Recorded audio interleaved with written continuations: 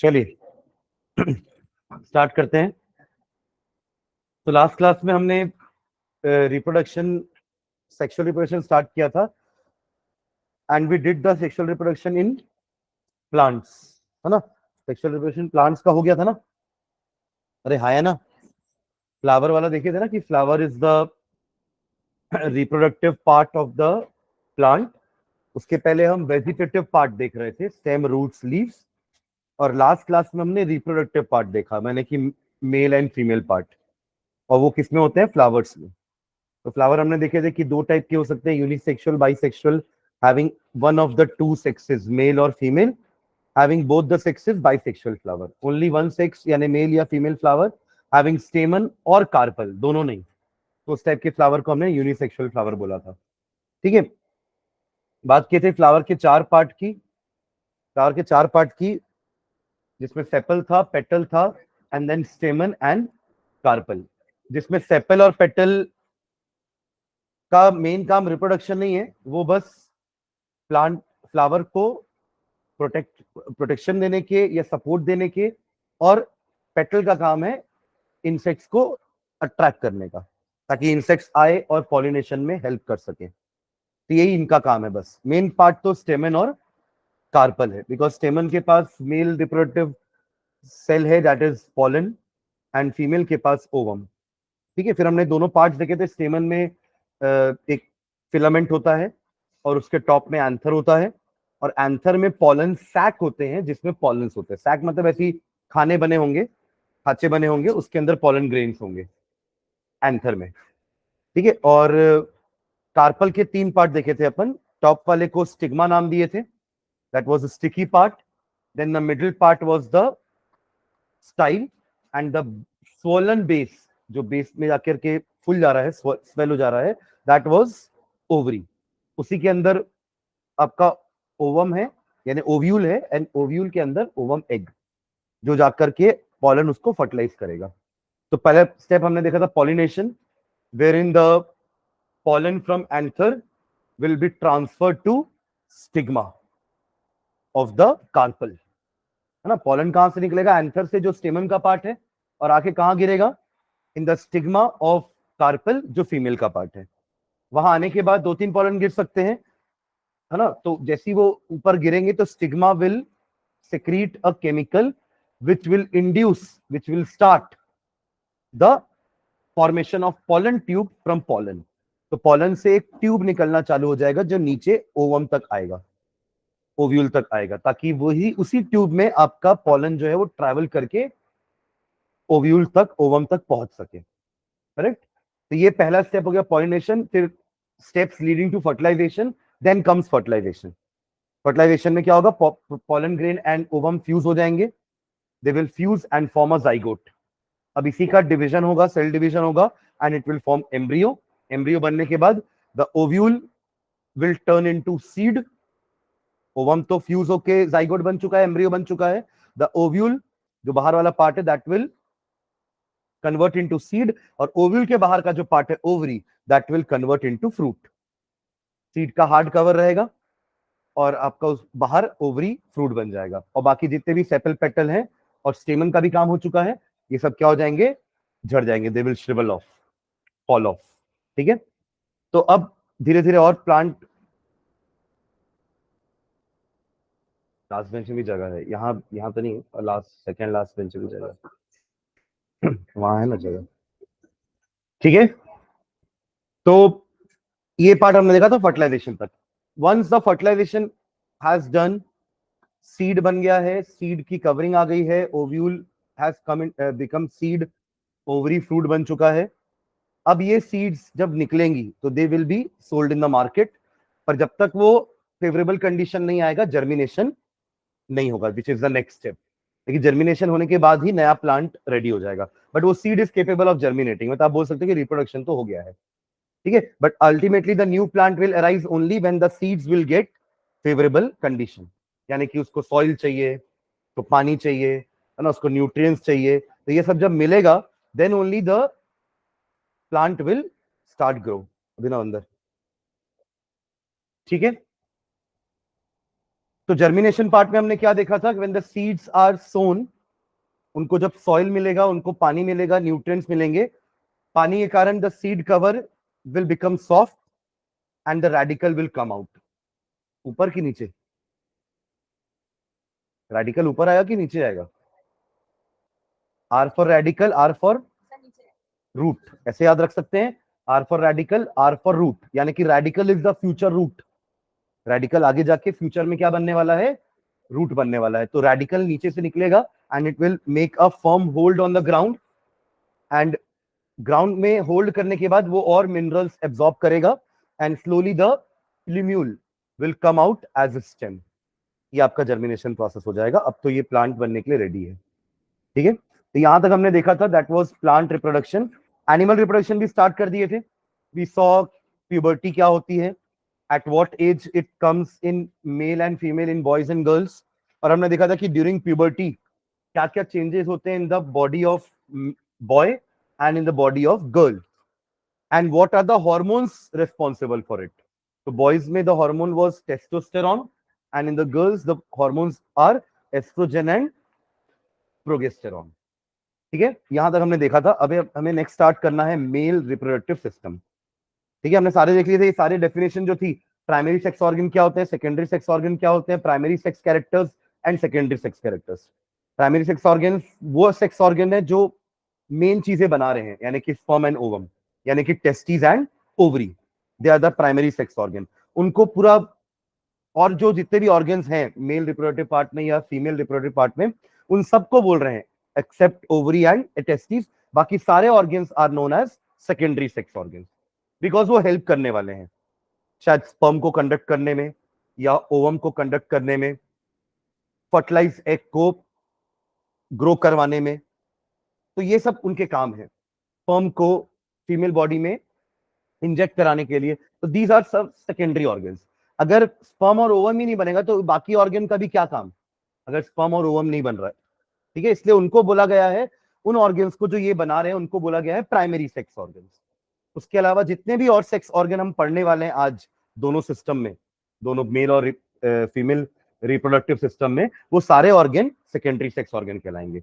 Primary sex sex sex क्या होगा आपका, जो आपको डिफरेंशिएट कर देगा कि ये मेल है ये फीमेल है। ठीक है, और सेकेंडरी सेक्सुअल कैरेक्टर्स क्या होंगे, जो प्यूबर्टी के समय अराइज होंगे, जो अपन देखे थे कुछ एग्जांपल की, बॉयज की वॉइस लो फ्रीक्वेंसी, गर्ल्स की voice high frequency, broadening of shoulder, broadening of hips, है ना, फिर hairs in the pubic region, in the armpit, boys में hairs in the face, moustache and beards. ठीक है, तो ये सब सेकेंडरी सेक्सुअल कैरेक्टर्स हो गए। ठीक है, चलिए नेक्स्ट आगे बढ़ेंगे। सबसे पहला है मेल रिप्रोडक्टिव सिस्टम। ठीक है, तो it is active and functional only after puberty. Puberty में यही होता है कि after puberty the reproductive system starts working, यानी कि the mail reproductive system starts producing sperm and female reproductive system starts producing egg. ठीक है, तब तक ये मैच्योर नहीं हुए थे, तो they will not be able to form sperm and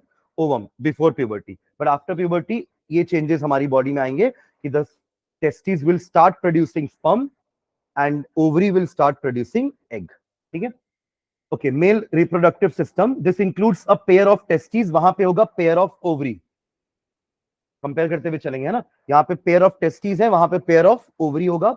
यहाँ वास डिफरेंस है, वहां पे फेलोपियन ट्यूब होगा। ये उनके थोड़े से टफ नाम हो गए, vas deferens and fallopian tube. अगर इनका हम फंक्शनल नाम देखें, फंक्शनल नाम मतलब कि उनका फंक्शन क्या है उसके हिसाब से उनका नाम दिया गया। जैसे कि एक स्पर्म को कंडक्ट कराता है तो उसका नाम स्पर्म डक्ट हो गया, एक ओवम को कंडक्ट करता है फ्रॉम ओवरी टू यूट्रस तो उसका नाम ओविडक्ट हो गया। तो ये उनके फंक्शनल नाम हो गए कि जो वो फंक्शन परफॉर्म कर रहे हैं उसके हिसाब से नाम दिए गए उनको। और एक नाम उनका थोड़ा सा डिफिकल्ट वाला नाम है, बायोलॉजिकल नाम। ठीक है, and a muscular organ that is penis, तो वहां पे एक ऑर्गन और हो गया आपका यूट्रस। ठीक है, तो ये तीन मेन ऑर्गन है मेल रिप्रोडक्टिव सिस्टम के, penis, the second is testis and the third one is vas deferens, sperm duct, है ना। वास डिफरेंस का एक और नाम क्या है, स्पर्म डक्ट। आपको डायग्राम में दिख जाएगा स्पर्म डक्ट लिखा हुआ, है ना। वास डिफरेंस का एक और नाम दिख रहा है आपको, और वैसे भी अब जब अभी वास्ट डिफरेंस पढ़ेंगे तो वेरी फर्स्ट लाइन में आपको लिखा दिखेगा sperm duct is also known as vas deferens है, चलिए पहला पढ़ते हैं टेस्टिस। टेस्टिस के बारे में, testis the main reproductive organ, यानी वही primary sex organ in males. A pair of testis is placed in a structure called the scrotum which is located outside the abdominal cavity because sperm formation requires a lower temperature than the normal body temperature। हमारा normal body temperature थोड़ा ज्यादा होगा sperm formation के लिए, तो इसलिए वो body के अंदर नहीं है, इट इज सिचुएटेड या located outside the abdominal cavity. हमने टेस्टिस का लोकेशन हार्मोन चैप्टर में ही पढ़ा है। The testes are located between the legs in male and those two in a scrotal sac। एक scrotal sac होगा, है ना, जैसे सैक मतलब बोरी होता है, तो उसके जैसा एक सैक होगा जिसमें हमारे ये एक पेयर ऑफ टेस्टिस होंगे, but it is located outside the body just because of the temperature which the sperm needs to get produced. वरना स्पर्म उस टेम्परेचर पे सर्वाइव नहीं कर पाएगा बॉडी टेम्परेचर पे। ठीक है, because the sperm formation requires a lower temperature than the normal body temperature. The sperms are tiny bodies that consist of mainly genetic material। वही 23 क्रोमोसोम्स होंगे इसके पास, 23 ओवम के पास है, मिल के 46 हो जाएंगे, 23 pairs. Mainly genetic material and a long tail that helps to move towards the female germ cell। याद है अपन लास्ट क्लास में पढ़े थे कि स्पर्म्स मोटाइल होते हैं। मोटाइल मतलब मैंने बताया था मूविंग, और मूविंग क्यों है? Because of the tell.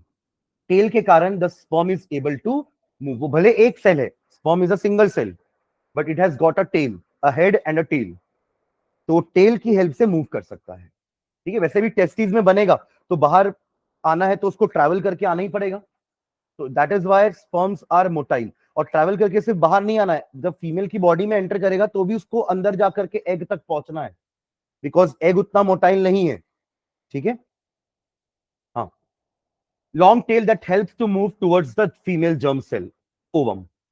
ठीक है, testes also secrete male sex hormone like testosterone to regulate the development of sperms and the secondary sexual characteristics leading to puberty। ये तो अपन पढ़ चुके हैं, टेस्टोस्टेरोन का फंक्शन हमें पता है कि एक तो ये प्राइमरी सेकेंडरी सेक्स ऑर्गन्स का डेवलपमेंट करेगा, और दूसरा सेकेंडरी सेक्सुअल कैरेक्टर्स को रेगुलेट करेगा, कंट्रोल करेगा। ठीक है, चलिए नेक्स्ट आते हैं वास्ट डिफरेंस। ये क्लियर है, टेस्टिस का फंक्शन, टेस्टिस का लोकेशन, फंक्शन, ये पता होना चाहिए। ठीक है, चलिए नेक्स्ट, वास्ट डिफरेंस, जिसका एक और नाम क्या है? Sperm duct.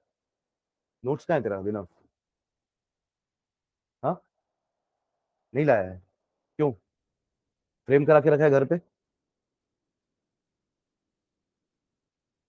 और कौन नहीं लेके आया नोट्स? क्यों भाई? है, क्या पता नहीं था? मैं उस दिन ग्रुप में भी डाला हूं कि आप लोग को रिप्रोडक्शन का नोट्स कैरी करना है। The sperm duct is also known as vas deferens। They are two in number, each one arising from testes placed on either side। दो टेस्टिस है, दोनों टेस्टिस से एक एक स्पर्म डक्ट निकलेगा, just like fallopian tube. Fallopian tube भी दो होते हैं, दोनों ओवरी से एक एक फेलोपियन ट्यूब यूट्रस तक आके मिलता है। ठीक है, दे ट्रांसपोर्ट, फंक्शन क्या है इसका? They transport sperms into the penis. Sperm जो भी टेस्टिस में बन रहा होगा उसको ये पेनिस तक लेकर आएंगे। रास्ते में और भी कुछ कुछ पार्ट्स हैं, है ना, जो जिसके बारे में यहां मेंशन नहीं, क्योंकि वो ऑर्गन्स नहीं है, वो ग्लैंड्स हैं। तो ये आपको डायग्राम में दिखेंगे, जैसे प्रोस्टेट ग्लैंड लिखा हुआ आपको दिखेगा, दिख रहा है? प्रोस्टेट ग्लैंड दिख रहा है, एक काउपर्स ग्लैंड दिख रहा होगा आपको, और एक सेमाइनल वेसिकल दिख रहा होगा। दिख रहा है? ये तीन चीजें इंपॉर्टेंट है, क्योंकि क्या होता है ना, जब टेस्टिस स्पर्म बनाते हैं तो स्पर्म तो एक सिंगल सेल है, वो सेल के पास चलो ठीक है टेल है कि वो मूव कर लेगा, बट तब भी ये जो तीन चीजें है ना, कॉपर्स ग्लैंड, समाइनल वेसिकल और प्रोस्टेट ग्लैंड, इन तीनों का काम क्या होता है कि जब स्पर्म टेस्टिस से बाहर आता है इन द वास डिफरेंस, तो ये उसको ना एक लिक्विड मीडियम प्रोवाइड करते हैं। वो लिक्विड मीडियम थोड़ा मिल्की होता है जिसका नाम है सीमन। एक्चुअली स्पर्म बाहर नहीं आता है, बाहर आता है semen which consist of sperm. और वो एक लिक्विड होता है, मिल्की व्हाइट कलर का लिक्विड होता है, which consist of sperm as well as some nutrients also, ताकि वो स्पर्म को न्यूट्रिएंट्स मिलते रहे, क्योंकि उसको स्पर्म को अभी फीमेल बॉडी में जाके भी ट्रैवल करना है एग तक, समझ रहा है? और ये स्पर्म की लाइफ भी होती है 5 से 6 दिन की। अगर वो फीमेल बॉडी के अंदर है तो it can survive up to 5 to 6 days because of this liquid semen. Also female की बॉडी से भी न्यूट्रिशन मिलेगा स्पर्म को, तो it can survive for 5 to 6 days, but egg can not. Egg को 12 to 24 hours के अंदर अगर फर्टिलाइज नहीं किया गया then the egg will be dead. तब फिर अगर फर्टिलाइजेशन हो भी गया तो it will not result into a zygote. समझ में आ रही बात? चलिए, तो क्या लिखे, they also collect fluid secreted by different, यही मैं भी आपको बता रहा था। वास डिफरेंस में और क्या आएगा, आजू बाजू में जो भी ग्लैंड्स हैं उनसे भी ये क्या लेगा, फ्लूइड लेगा, और फ्लूइड को मिक्स कर देगा स्पर्म के साथ, ताकि अल्टीमेटली क्या बन जाए, सीमन। ठीक है, दीज सेक्रीशंस, देखो लिखा भी आके पूरा सीमन के बारे में भी है इसमें ना, ध्यान से देखना। These secretions are rich in protein, ताकि वो स्पर्म को न्यूट्रिशन मिलता रहे। These secretions are rich in protein to enrich the sperms. ये सेक्रीशंस कहां से आ रहे हैं, वो आज जो रास्ते में ग्लैंड्स हैं सारे, कौन से रास्ते में, टेस्टिस से पेनिस तक जो जा रहा है वास डिफरेंस, उसके रास्ते में बीच बीच में ये ग्लैंड्स हैं जो सेक्रीशंस डाल रहे हैं ट्यूब में, ताकि वो उसको मूव करने में आसानी हो और वो पेनिस तक पहुंच जाए। So these secretions are rich in proteins to enrich the sperms.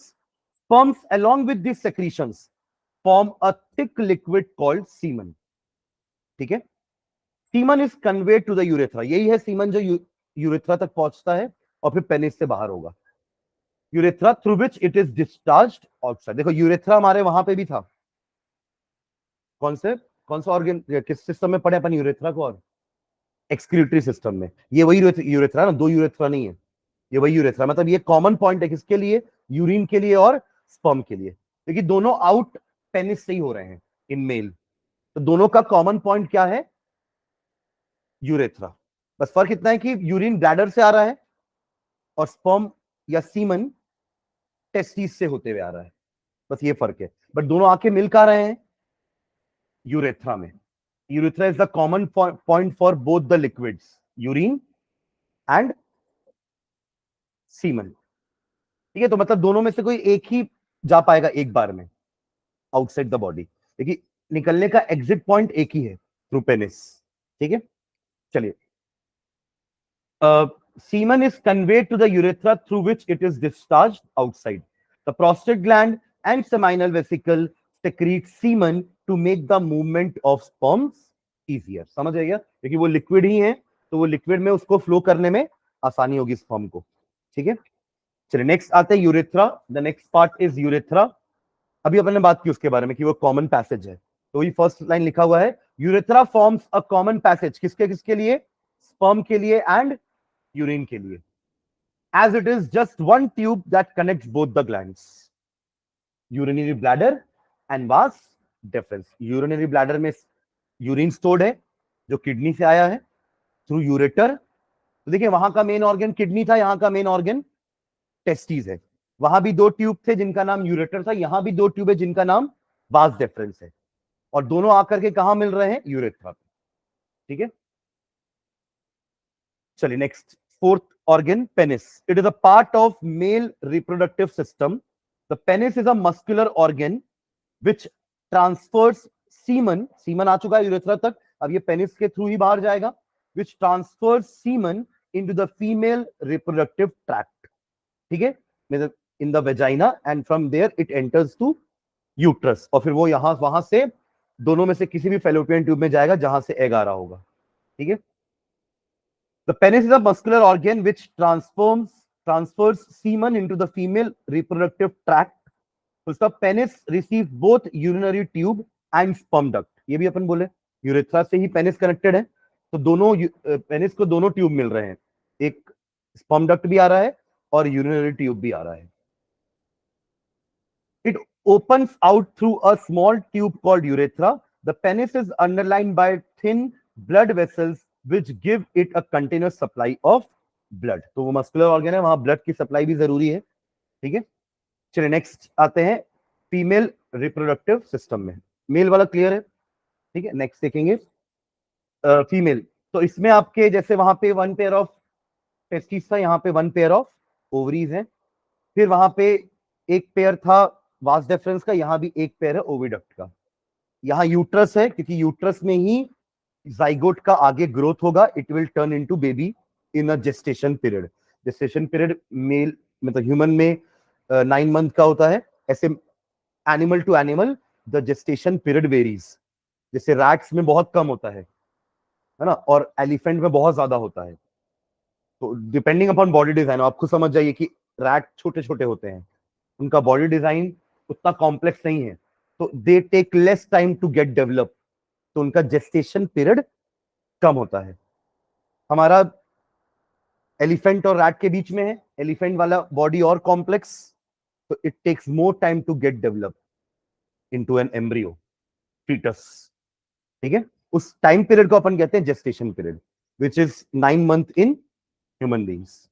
ठीक है, चलिए ओवरी में आते हैं। ओवरी क्या है? A pair of ovaries form the gonads in female. Gonads मतलब द सेल या द पार्ट या the gland which is secreting the germ cells, sex cells, उसको गोनाड्स बोलते हैं। जैसे testis are also gonads, ovaries are also gonads. They are oval shaped and are close to the kidney. Ovaries are female sex organs that lie on either side of the abdominal cavity. Abdominal cavity के दोनों इस side पे। ठीक है, ovaries by the process of oogenesis, ले होगा ना, 4 eggs नहीं होगा, वो उसको लिख लेना ले एग्स, ले एग्स और ओवा विच इज, या फॉर्म एग्स होगा, फॉर्म लिखना, 4 नहीं, form, FORM, FORM। Again repeat कर रहा हूं वो line, ovaries by the process of oogenesis. एक कोई छोटी क्लास वहां होगी मैडम की, 7th छोटी क्लास में। हाँ, मैथ्स है ना आज तो, नहीं साइंस है ना, मैं साइंस है ना। हाँ, तो 5-6 बच्चे वहां पे हो जाएंगे। हाँ, ovaries by the process of oogenesis form eggs या ova which are release as 1 per month। ठीक है, ओवरीज प्रोड्यूस 2 हॉर्मोन्स, वो भी अपन पढ़ चुके हैं, oestrogen and progesterone. Ovaries are thousands of follicles, actually ये फॉलिकल्स ही एग में कन्वर्ट होते हैं। ओवरीज के अंदर फॉलिकल्स होते हैं that converts into eggs. After puberty this follicle develop into eggs.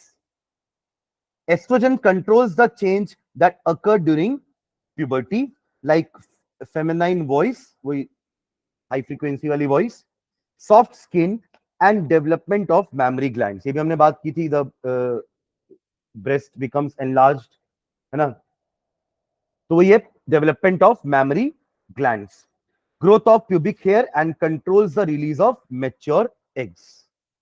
Progesterone controls the uterine changes during the menstrual cycle and helps in the maintenance of pregnancy. ये भी एक काम है कि यूट्रस में जो चेंजेस होते हैं ड्यूरिंग दिस साइकिल, जो एक हमने मेंस्ट्रुएशन साइकिल पढ़ी थी उस दिन, थोड़ा बहुत हमने इंट्रोडक्शन देखा था, आज अपन और उसको डिटेल में देखेंगे। तो मेंस्ट्रुएशन साइकिल जो हमने देखी थी कि हर मंथ एक एग रिलीज हो रहा है, तो यूट्रस को नहीं पता ना कि वो एग जब आएगा तो वो फर्टिलाइज होगा कि नहीं होगा, तो वो हर महीने अपने आप को प्रिपेयर करता है। कौन?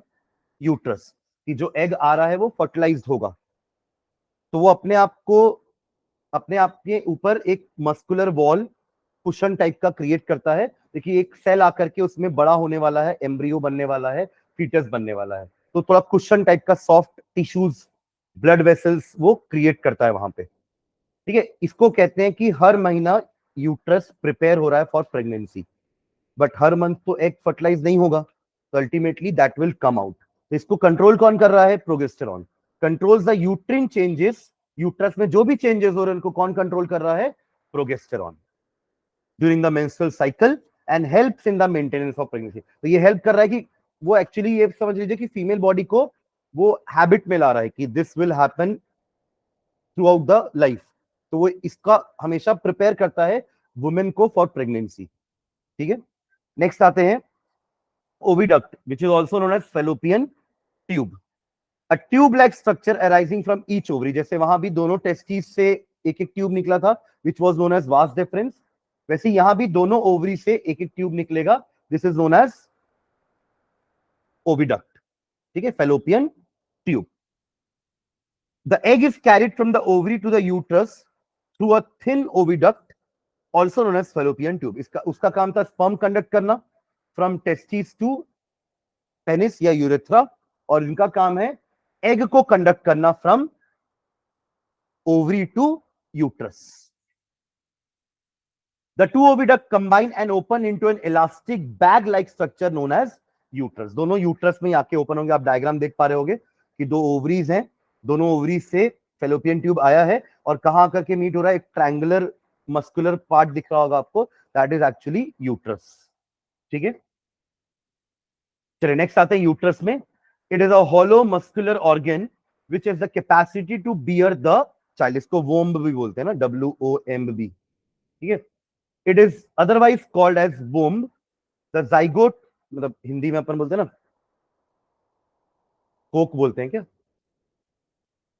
हाँ, हिंदी में यही वोम को, WMB, जहां पे बच्चा पलता है। ठीक है, the zygote formed after fertilisation in the Fallopian tube travels downward by dividing itself continuously to form an embryo. अगर जाइगोट बन गया है, यानी कि स्पर्म जाकर के ओवम को फ्यूज कर दिया है, तो जाइगोट बन गया होगा फेलोपियन ट्यूब में ही। ये फ्यूजन का प्रोसेस फेलोपियन ट्यूब में ही हो जाता है, यूट्रस में आने के बाद नहीं होता ना। मतलब स्पर्म अंदर आने के बाद वो फेलोपियन ट्यूब की तरफ ही भागेगा, and it will search for egg. If the egg is live, तो वो फ्यूज होकर के जाइगोट बन जाएगा, और वही जाइगोट डिवाइड होते होते आते आते एम्ब्रियो बन जाएगा, कहां, यूट्रस तक। फिर वो यूट्रस में आके इम्प्लांट होगा, क्योंकि अब उसको यूट्रस में रहना है कुछ दिनों तक, कुछ महीनों तक, है ना। तो वो इम्प्लांट होगा, इम्प्लांट होकर के बॉडी, मदर की बॉडी से न्यूट्रिशन लेता रहेगा, और वेस्ट मदर की बॉडी में देता रहेगा। ठीक है, okay. Embryo as it reaches the uterus gets implanted into the wall of uterus. यही मैंने अभी आपको बताया कि वो आकर के यूट्रस की वॉल में अटैच हो जाएगा। After fertilisation female reproductive hormones bring in many changes to the uterus. देखो, अब अगर फर्टिलाइजेशन हो गया है, तो अब हार्मोन में चेंजेस आने चाहिए, क्योंकि अभी अगले 8 to 9 मंथ तक और एग प्रोडक्शन नहीं होना चाहिए, यानी कि और कोई फॉलिकल एग बन के ओवरी से बाहर नहीं आना चाहिए। बिकॉज वो एग आया तो फिर उसको हम कहां रखेंगे, बिकॉज एक एग ऑलरेडी फर्टिलाइज हो रहा है। ठीक है, तो अगेन ये हॉर्मोन्स इंश्योर करेंगे कि और एग प्रोडक्शन ना हो during the time of pregnancy. After fertilization, female reproductive hormones bring in many changes to the uterus so as to bear the growing embryo. As the embryo grows, it transforms into fetus. Fetus वो stage होता है जहां पे हमको body organs पहचान में आ जाए कि हाँ, ये पैर है, ये दो पैर हैं, ये दो हाथ है ना, ये पेट है, ये सर है, ऐसा हमको समझ में आने लगे, तो अपन बोलेंगे कि ये कौन सा स्टेज पहुंच चुका है, फीटस वाला। आप देखते हो ना, कई बार वो टीवियों में दिखाता है, सोनोग्राफी है, उसमें बच्चा है अंदर, तो वो प्रॉपर उसका सर, पैर, है ना, पेट वगैरह सब दिखता है, तो that is the foetus stage. वरना उसके पहले तो वो सिर्फ एक मास होता है, सेल का मास, एम्ब्रियो। फिर वो डिवाइड हो करके उसके धीरे धीरे सारे अंदर के ऑर्गन्स डेवलप होते हैं, लंग्स गेट डेवलप्स, है ना, ऐसे करके हार्ट गेट डेवलप्स। तो वो बीच में ये जो जेस्टेशन पीरियड है, उन सब में ये सारी चीजें होती हैं। ठीक है, as the embryo grow, it transform into fetus. The uterus is the organ which bears the fetus. तो fetus को कौन कैरी करेगा, यूट्रस। ठीक है, नेक्स्ट है अगला सर्विक्स। सर्विक्स देखो जस्ट यूट्रस के नीचे है, डायग्राम में देखो, सर्विक्स है, वेजाइना है, वल्वा। आपको तीन चीजें दिख रही होंगी डायग्राम में। सर्विक्स थोड़ा ऊपर वाला पार्ट है, बट यूट्रस के नीचे है। अ काइंड ऑफ ओपनिंग समझ लीजिए कि वेजाइना तो ओपनिंग है, बट वो किसके लिए ओपनिंग है, यूट्रस के लिए। Vagina is opening to the outside, जिसमें पेनिस इंसर्ट होगा and will ejaculate the semen, और फिर जब वो अंदर आएगा तो it will enter to this cervix into the uterus, और फिर यूट्रस से वो फेलोपियन ट्यूब तक जाएगा। ठीक है, तो it is located at the top of vagina. It is a junction between vagina and uterus. Vagina क्या, it is a reproductive part situated at the end of uterus in female reproductive tract. ठीक है, यही tract से sperm अंदर आने वाला है। देखो, कुछ फीमेल में ऐसा होता है कि they lay egg outside the body, जैसे फ्रॉग में होता है ऐसा। फ्रॉग में क्या होगा, जो मादा फ्रॉग होगी, मादा मतलब फीमेल फ्रॉग, मादा बोलता है, आप लोग डिस्कवरी चैनल में देखे होगे, ये मादा है ऐसे करके, है ना, ये शिकार ढूंढ रही है ऐसा, मादा है, तो मादा मतलब मदर। तो जो मादा फ्रॉग जो होगा, जो फीमेल फ्रॉग होगा, वो क्या कर देगा, एग ले करके छोड़ देगा। सुन रहे हैं क्या? वहां ऐसा नहीं होता कि the sperm enters into the body of female and fertilise the egg. तो दो टाइप के फर्टिलाइजेशन होते हैं, इंटरनल फर्टिलाइजेशन एंड एक्सटर्नल। तो हमारे में होता है internal fertilisation, because the fertilisation process take place inside the female body. उसके लिए स्पर्म को अंदर जाना पड़ेगा, then only it will locate the egg and fertilise it. But इनमें क्या होता है, जो एक्सटर्नल फर्टिलाइजेशन करते हैं, they lay egg outside the body. जो फीमेल फ्रॉग होगा वो एग को आउटसाइड में ले कर देगा, the male frog comes and then sperm eject करके इट विल गेट फर्टिलाइज। तो वहां पे वो बॉडी के अंदर फर्टिलाइजेशन नहीं होता। तो दो टाइप के फर्टिलाइजेशन हो गए, इंटरनल एंड एक्सटर्नल। एक internal which happens the fertilisation process, fertilisation समझ गए ना, fusion of sperm and ovum, वहां पे fusion of pollen and ovum, वहां तो ओवम ही है ना, फीमेल वाले का नाम दोनों में सेम है, एग ओवम ओवा, मेल वाले का नाम बस अलग है, वहां पॉलन यहाँ स्पर्म। ठीक है, तो फर्टिलाइजेशन प्रोसेस दोनों में सेम है, fusion of male and female gamete to form zygote is called fertilisation. ये कंप्लीट डेफिनेशन हुई फर्टिलाइजेशन की। तो the process, the fertilization process, if it occurs inside the female body, it is called internal fertilization. If it occurs outside the female body, it is known as external fertilization. ठीक है, okay. अच्छा, vagina को birth canal भी बोलते हैं। क्यों birth canal बोल रहे हैं? देखिए, वो कैनाल जैसा है जहां से बच्चा बाहर आने वाला है in case of a normal delivery. आपने सुना होगा नॉर्मल डिलीवरी, सिजेरियन। तो सिजेरियन में क्या होता है, the the baby don't come out from vagina part, है ना, उसके लिए फिर एक कट लगाना पड़ता है इन द एब्डोमिनल कैविटी। एक कट से फिर हम उसको, कट को ओपन अप करते हैं, सर्जरी होती है प्रॉपर, है ना, सर्जरी होगी, और फिर और ऑप्शन नहीं अपने पास।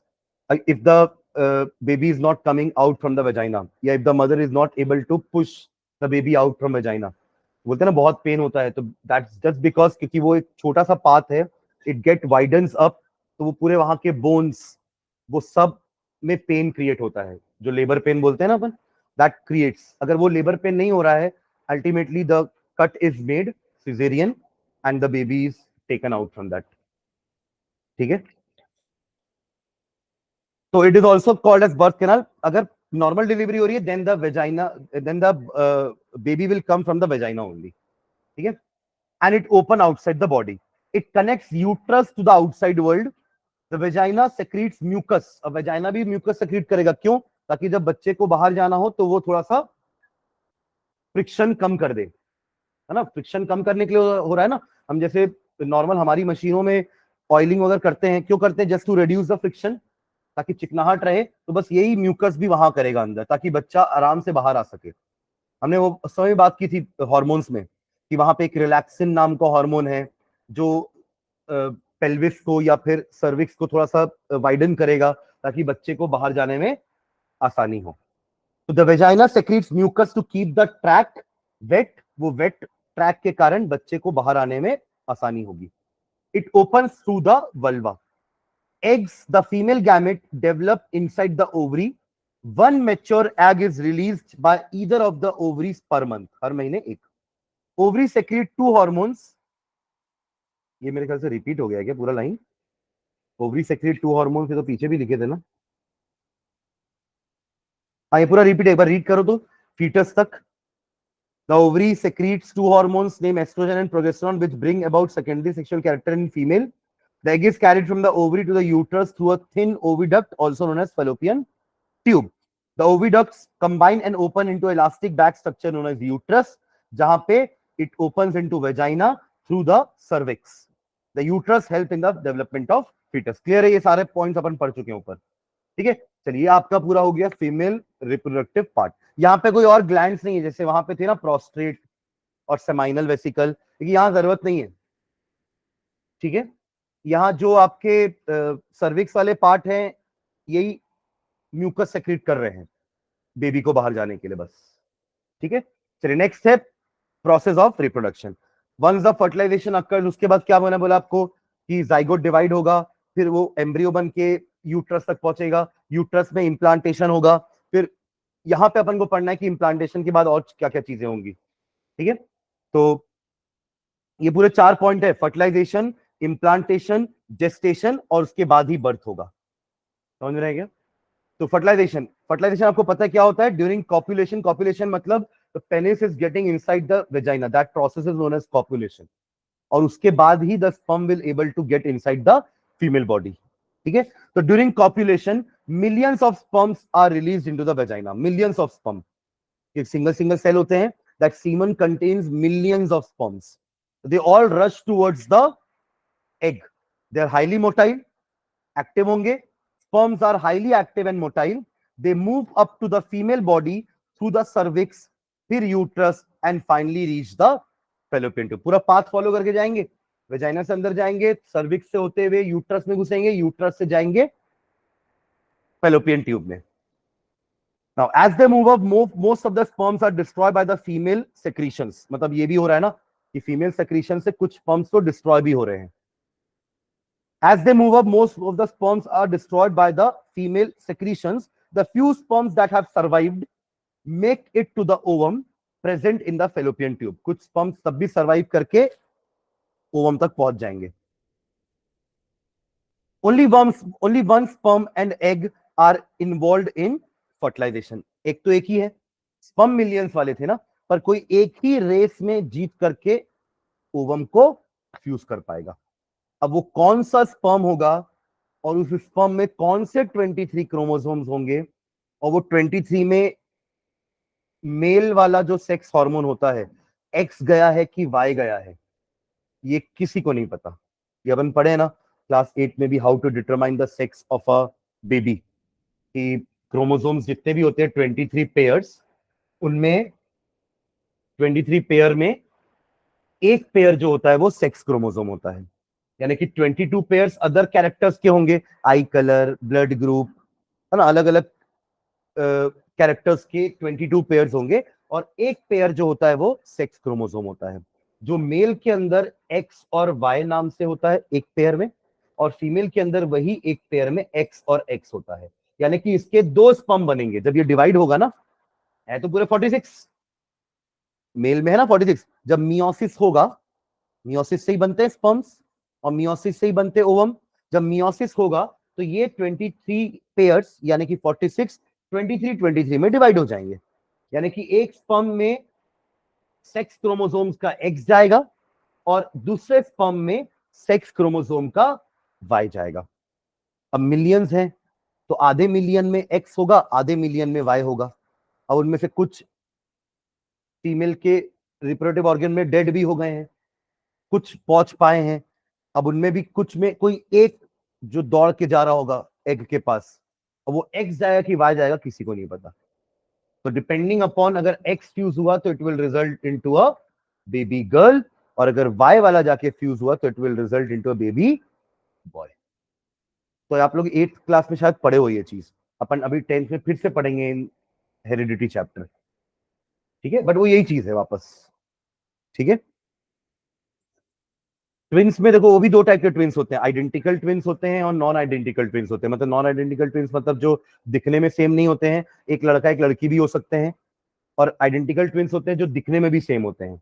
उसमें क्या होता है कि अगर आइडेंटिकल ट्विंस हैं यानी कि दिखने में सेम है, हालांकि ये सिलेबस में नहीं है ट्विंस वाला, पर ठीक है जनरल नॉलेज है ना, तो एक एग दो पार्ट में स्प्लिट हो जाता है, और उसको स्पर्म, एक्चुअली स्पर्म पहले ही फर्टिलाइज कर चुका है, फर्टिलाइज होने के बाद वो दो पार्ट में स्प्लिट होता है, तो रिजल्टिंग इनटू आइडेंटिकल ट्विंस।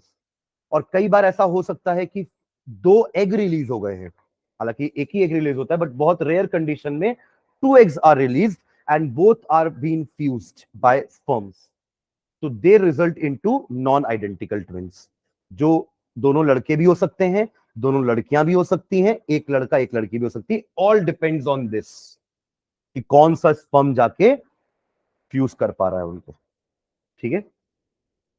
चलिए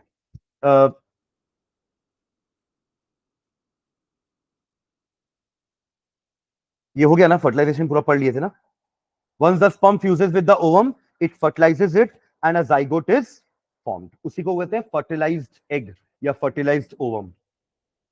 चलिए सेकेंड प्रोसेस आता है implantation. After 6 to 9 days of fertilization, मतलब फर्टिलाइजेशन तो फेलोपियन ट्यूब में हो गया था, 6 से 9 दिन में the fertilize egg descend down, वो नीचे आएगा धीरे धीरे, descend down from the Fallopian tube into the uterus. In 9 दिन में वो प्रिपेयर भी हो जाएगा, कौन? यूट्रस। किसके लिए? प्रेगनेंसी के लिए। वो तो हर महीने अपने आप को प्रेगनेंसी के लिए प्रिपेयर कर रहा है ना, बट हर महीने उसके पास फर्टिलाइज एग नहीं पहुंच रहा है, बट इस महीने पहुंच गया। ठीक है, तो after about 6 to 9 days after fertilisation the fertilised egg यानी कि zygote descends from the fallopian tube into the uterus. During its movement from towards the uterus, the division of zygote starts. मतलब वो अकेला सिंगल नहीं आएगा, जब uterus में आएगा ना तो वो ऑलरेडी डिवीजन स्टार्ट कर चुका होगा। 6 से 9 दिन के बीच में वो डिवीजन करते करते धीरे धीरे ट्रैवल करके यूट्रस तक आ रहा है। अब वहां तो कोई फ्लूइड नहीं है जो उसको ट्रैवल करने में हेल्प कर रही होगी, तो थोड़ा बहुत जाइगोट वो फेलोपियन ट्यूब की वॉल की हेल्प से ही वो यूट्रस तक पहुंच रहा है। ठीक है, okay. On contact the zygote will attach itself to uterus. जैसे ही आकर के वो यूट्रस से कॉन्टैक्ट में आया, it will get attach to the uterine wall. Uterine wall मतलब यूट्रस की वॉल, उसको यूट्रिन वॉल बोल रहे हैं। यूजुअली इन द अपर पैन ऑफ द यूट्रस, मतलब यूट्रस के ऊपर वाले हिस्से में ही वो अटैच हो जाएगा। देखिए अब धीरे धीरे उसको बढ़ना है ना, तो नीचे का हिस्सा खाली होना चाहिए ताकि वो बड़ा होकर के नीचे के हिस्से को भी कवर कर सके। तो जनरली ये कहां पर होगा? ऊपर ही अटैच हो जाएगा। मतलब अगर ये आपका फेलोपियन ये यूट्रस है ना, तो यूट्रस के ऊपर पार्ट में ही it will get and it will come and attach there. क्योंकि अब धीरे से उसको बड़ा भी होना है ना, तो ये वो यही पार्ट में तो बड़ा होगा। फिर वो अगर यहां जाके अटैच होगा तो फिर बड़ा कैसे होगा? वो नीचे वाला बॉडी पार्ट कहां जाएगा फिर? समझ रहे हैं क्या? इसलिए वो upper part of the uterus में ही आके अटैच हो जाएगा। वो अटैच भी किससे होगा देखेंगे, चलो आगे पढ़ते हैं। On contact, the zygote will attach itself to the uterine wall, usually in the upper pan of the uterus. The inner wall of the uterus develops and partially envelops the embryo. This process is called implantation. उसको cover करके attach कर लिया, implantation हो गया। The fertilized egg, जिसको अपन zygote बोल रहे हैं, is called an embryo, क्योंकि अब वो सिंगल सेल नहीं रहा। सिंगल सेल होता तो जाइगोट होता, पर वो तो आते आते डिवाइड करते हुए आया ना अपने आप को, तो वो एम्ब्रियो हो गया है। ठीक है, this process is called implantation. The fertilized egg is called an embryo as soon as it implants, which is after around 7 to 10 days after fertilization. Fertilization जिस दिन हुआ होगा उसके 7 से 10 दिन में वो एम्ब्रियो बनके यूट्रिन वॉल में आके अटैच हो जाएगा। It continues to be called an embryo until the week. Next, the lining of the uterus become thick. मैंने आपको ना कि वो थिक हो जाएगी, थोड़ा कुशन जैसा सॉफ्ट पार्ट आ जाएगा, क्योंकि अब उसको वहां पर एक बच्चे को पालना है। तो the lining of the uterus become thick and it's richly supplied with blood, देखिए ब्लड के थ्रू ही सारा ट्रांसपोर्टेशन होने वाला है मदर की बॉडी से बच्चे की बॉडी में। खाना भी ब्लड के थ्रू ही जाएगा, ऑक्सीजन भी ब्लड के थ्रू ही जाएगी। ठीक है, तो इसलिए वहां पे ब्लड वेसल्स का होना जरूरी है। The embryo gets nutrition from the mother's blood with the help of a special tissue called placenta. मतलब वो जिस पार्ट से अटैच हुआ ना, वो टिश्यू को बोल रहे हैं placenta. This is a disc which is embedded in the uterine wall, वो यूट्रिन वॉल में अटैच्ड है, उसी डिस्क शेप टिश्यू से बच्चा जुड़ा हुआ है through a tube called umbilical cord. वो भी आएगा नीचे। Okay, it contains villi on the embryo side of the tissue. On the mother side are blood spaces which surround the villi. वही surface area बढ़ाने के लिए villi. This provides a large surface area for glucose and oxygen to pass from the mother to the embryo. The embryo, the developing embryo will also generate waste substance. तो सिर्फ खाना थोड़ा खाएगा, waste भी generate करेगा। तो embryo will also generate waste substance which can be removed by transferring them into the mother's blood through placenta. तो placenta से ही useful material भी आ रहा है और waste भी placenta के through ही mother की body में जाएगा। A woman with an embryo or fetus developing her uterus is called pregnant and the physical condition is called pregnancy. ठीक है, चलिए नेक्स्ट आते हैं जेस्टेशन पीरियड। वही जो मैंने आपको कहा कि जो पूरा 9 मंथ का जो पीरियड होता है उसको अपन जेस्टेशन पीरियड बोलते हैं। The period during which the embryo development take place. Embryo तो आके अटैच हो चुका है, अब ये धीरे धीरे बड़ा होगा, तो ये पूरे डेवलपमेंट के पीरियड को हम क्या बोल रहे हैं? Gestation period. The period during which the embryo development takes place in the uterus is called gestation period. The development of child inside the mother's body takes approximately 9 months, which is equivalent to 36 weeks. ठीक है, मतलब अगर अपन रफली 4 weeks count करें एक महीने में, तो 4 9 36, तो 36 वीक्स लगते हैं। ठीक है, जनरली इसके पहले ही डिलीवरी हो जाती है, 36 वीक्स तक भी नहीं पहुंच पाते, 32 33 के आसपास तक डिलीवरी हो जाती है। ठीक है, मतलब entering into the 9 month, not completing the 9 month but entering the 9 month, यानी 8 month completed and entered into 9 month. अब उसके बाद कभी भी डिलीवरी हो सकती है। ये मैं आज की डेट की बात कर रहा हूं, मतलब आजकल जो हमारा रहन सहन और खान पान हो गया उसके कारण ऐसा होता है। ठीक है, चलिए नेक्स्ट आते हैं birth. Few days before birth the foetus moves in the uterus until its head point towards the cervix. हमेशा क्या होता है, बच्चा उल्टा हो जाता है, जब वो रेडी है निकलने के लिए, वो उसका हो गया बहुत अंदर, तो वो घूम के ऐसे क्या कर लेता है, अपना सर को नीचे ले आता है। समझ गए, मतलब उसका पूरा डेवलपमेंट हो गया। हम बीच बीच में सोनोग्राफी करके चेक भी करते रहते हैं कि कितना डेवलपमेंट हुआ है, बच्चे का वेट कितना हो गया है। ये सब हमको सोनोग्राफी रिपोर्ट में पता चलते रहती है कि अभी वो 2 किलो का हो गया है, अभी 2.5 किलो का हो गया है ना। तो वो धीरे से अपने आप को ही ऐसे पलट के क्या कर लेता है, सर्विक्स के पास आ जाता है। सर्विक्स मतलब वो ओपनिंग, क्योंकि ओपनिंग सर्विक्स ही है ना, वजाना की ओपनिंग क्या है, सर्विक्स, तो वहां पे सर उसका आ जाता है ना। मतलब वो पैर से ऐसे फिसलते हुए नीचे नहीं आएगा, वो सर को उल्टा आएगा।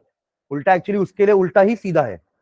तो कोई बोलता ना कि उल्टे पैदा हुए हो क्या, तो उल्टे मतलब वो एक्चुअली पैर से बाहर आया होगा, तो ऐसा बोलता है। एक्चुअली आता नहीं है वो, अगर नहीं होता है अपने आप से ना, तो डॉक्टर्स क्या करते हैं, वो ऐसा पलटा पलटा के, ऐसा कर करके उसको पलटा देते हैं। और ऐसा करने में कई बार ऐसा होता है कि जो प्लेजेंटा होता है ना, वो उनके गले में फंस जाता है। फिर उनका ऐसा उल्टा घुमाते हैं, मतलब खेल रहे हैं बाहर से बच्चे के साथ, फिर वो जो उसको उल्टा घुमाएंगे ताकि वो उस, और वो ये सब चीज कहाँ दिख रही होगी हमको, स्क्रीन पे दिख रही होगी। आप बिना देखे कैसे बताओगे ना कि वो कैसे घुमाऊंगा तो वो रस्सी उससे बाहर आएगी। तो हम स्क्रीन पे देखते रहते हैं कि अब वो ऐसे घूम रहा है, और वो, समझ गए क्या? ठीक, हाँ। Few days before birth the foetus moves in the uterus until it heads point towards the cervix. The child is born as a result, मतलब वो कैसे पता चलता डॉक्टर को, जब उसका सर ऐसा बाहर आने लगता है ना नीचे की तरफ, तब पता चलता डॉक्टर को it's time to come out.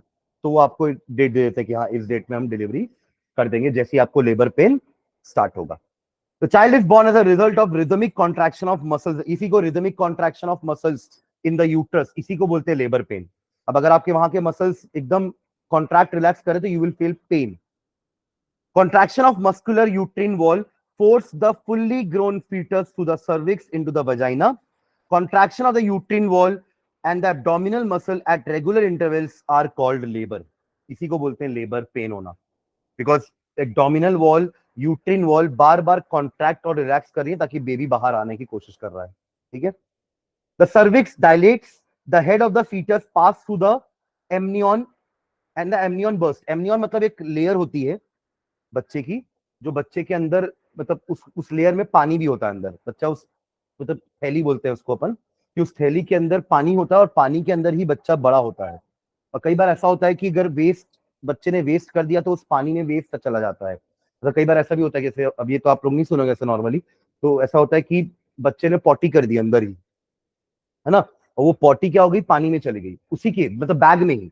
सोचिए एक बैग है, पॉलिथीन बैग टाइप का है, जिसमें बच्चा अंदर पल भी रहा है, उसके अंदर पानी भरा हुआ है, और उसके अंदर उसने पॉटी कर दी। तो अब यही पानी उसके मुंह में भी गया अगर अंदर, तो वो पॉटी उसके मुंह में चली जाएगी। ऐसा होता है। तो जनरली फिर इस केस में क्या करते हैं ना, तुरंत डिलीवरी कर देते हैं, क्योंकि अगर ऐसा होगा तो वो वेस्ट जा रहा है ना उसकी बॉडी के अंदर, that may harm the baby. समझ में आ रही बात? तो उस केस में तुरंत डिलीवरी करके उसको बाहर निकालते हैं।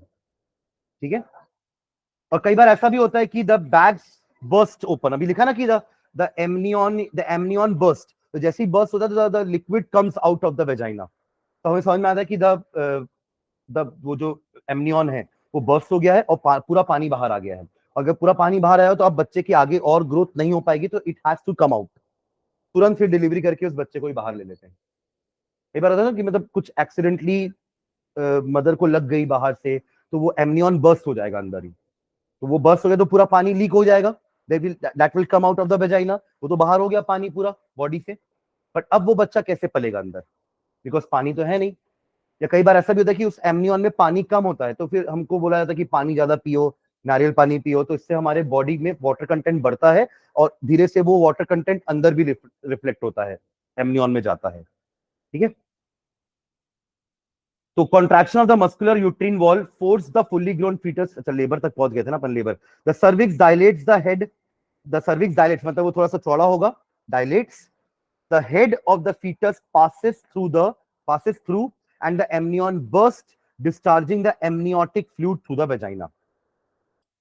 The repeated contraction of the uterus along with the contraction of the abdominal muscles forces the child out of the uterus through the vagina and the infant is thus born. और जैसे ही बाहर आएगा वो रोएगा।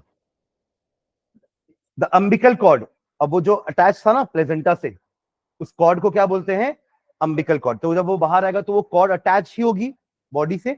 The umbilical cord remains attach which is later cut off and tied up, मतलब उस समय उसको detach करके पूरा पार्ट रहता है, उसको बाद में अपन कट ऑफ कर देते हैं और वही हमारा जा करके फ्यूचर नेवल बन जाता है, नाभि बन जाता है। ठीक है, और आजकल तो उस चीज को जो कट आउट करते हैं ना, जो टिश्यू, उसको भी लोग आजकल प्रिजर्व करके रखते हैं।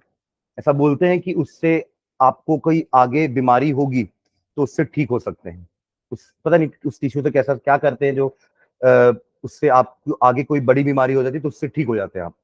तो ये ऐसा आजकल हो गया है ना। हम भी तो इतने बड़े हो गए ना, हमारा तो वो कहीं नहीं है, वो तो फेंका गया कहीं पे, है ना। जनरली हम उसको ठंडा कर देते हैं पानी में या जमीन में गाड़ देते हैं, क्योंकि वो टिश्यू है ना, मतलब वो बॉडी का पार्ट है हमारे, तो वो कहीं जमीन में गाड़ देते हैं कि ताकि डिकम्पोज हो जाए, है ना।